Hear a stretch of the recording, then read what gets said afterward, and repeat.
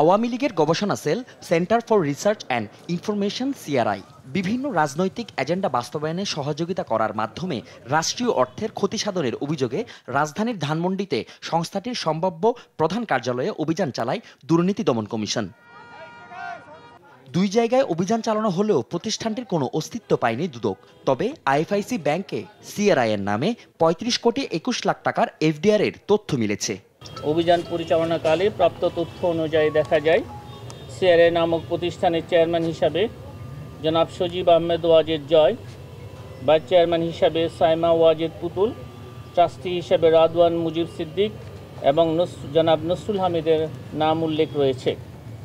অভিযানকালে সরেজমিনে সিআরআইয়ের কার্যালয়ে উপস্থিত হয়ে কার্যালয়টি বন্ধ পাওয়া যায়। প্রাপ্ত তথ্যাদি পর্যালোচনায় দেখা যায় আইএফআইসি ব্যাংকে সিআরআই নামক প্রতিষ্ঠানটির নামে একটি ৩৫ কোটি ২১ লক্ষ টাকার এফডিআর রয়েছে।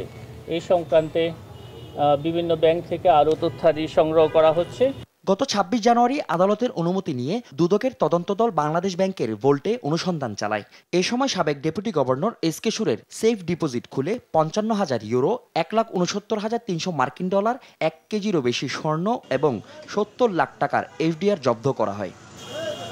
এমন অস্বাভাবিক সেফ ডিপোজিটের সন্ধানে বাংলাদেশ ব্যাংকের নিরাপত্তা ভোল্টে রাখা সব কর্মকর্তার সেফ ডিপোজিট সাময়িক ফ্রিজ করার ব্যবস্থা নিতে চিঠি দিয়েছে দুদক।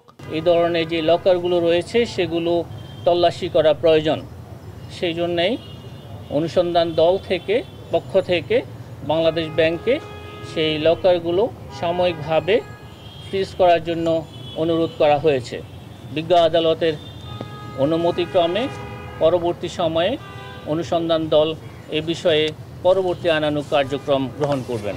এদিকে আগারগাঁও পাসপোর্ট অফিসের সাবেক পরিচালক আব্দুল্লাহ আল মামুনের বিরুদ্ধে করা মামলার চার্জশিট দাখিলের অনুমোদন দিয়েছে দুদক। ফজলে আদিত্য, দেশ টিভি, ঢাকা।